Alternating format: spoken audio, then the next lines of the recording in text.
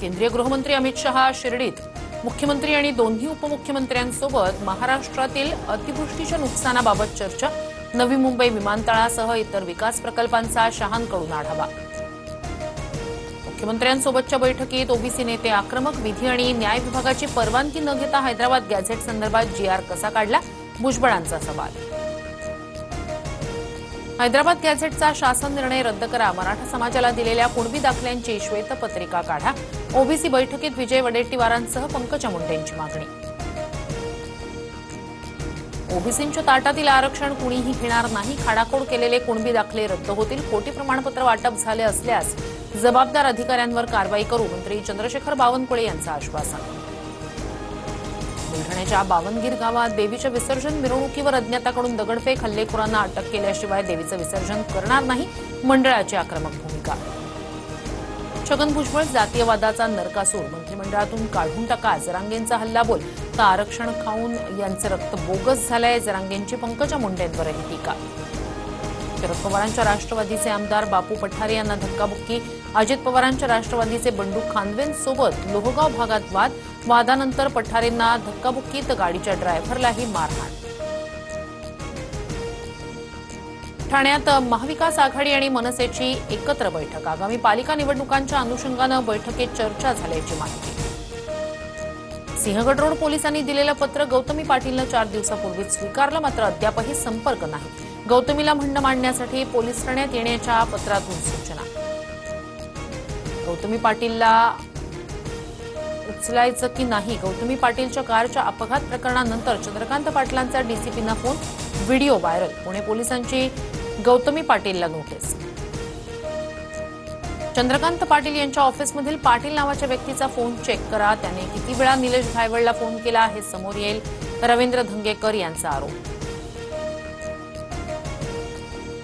2 वर्षापेक्षा कमी वयाच्या मुलांना खोकला सर्दीची औषधं देऊ नका। बालमृत्यूच्या घटनांची दखल घेत केंद्रीय आरोग्य मंत्रालयाची सूचना। तामिळनाडू सरकारकडून कोल्ड्रिफ कफ सिरपच्या विक्रीवर बंदीचा आदेश। तामिळनाडूसह मध्य प्रदेश आणि केरळ सरकारकडून कोल्ड्रिफ आणि नेक्स्ट्रो डीएस सिरपवर बंदी। मुलांच्या मृत्यूनंतर विशेष तपास पथक राज्यस्तरीय चौकशी करणार।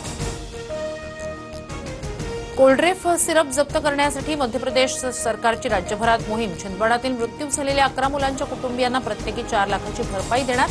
उपचार घेत असलेल्या मुलांचा खर्चही सरकार करणार। एकीकडे युतीचं भाष्य, दुसरीकडे भाजपची स्वबळाची भाषा। भाजपनं कार्यकर्त्यांच्या भवितव्यासाठी युती करावी, अन्यथा कार्यकर्ते मरतील, मंत्री गुलाबराव पाटील यांचं वक्तव्य। उद्धव ठाकरेंची शिवसेना अब्रू नुकसानीचा दावा करणार, माफी मागा अन्यथा कोर्टाच्या कारवाईला सामोरे जा। बाळासाहेबांबाबत उद्धव ठाकरेंवर केलेल्या आरोपांनंतर अनिल परब यांचा इशारा।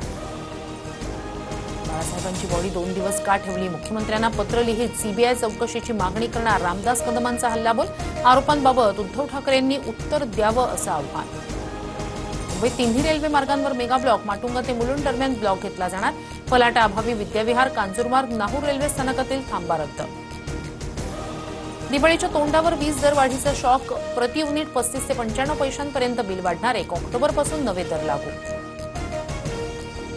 शक्ती चक्रीवादळामुळे मुसळधार पावसाचा इशारा। 7 ऑक्टोबरपर्यंत मुंबई, ठाणे, पालघर, रायगडसह रत्नागिरी आणि सिंधुदुर्गमध्ये मुसळधार पावसाचा अंदाज।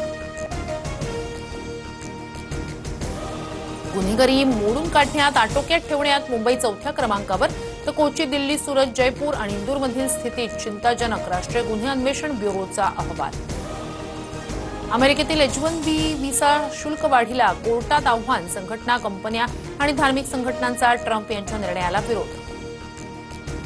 महिला विश्वचषकात आज भारत-पाकिस्तान आमने-सामने।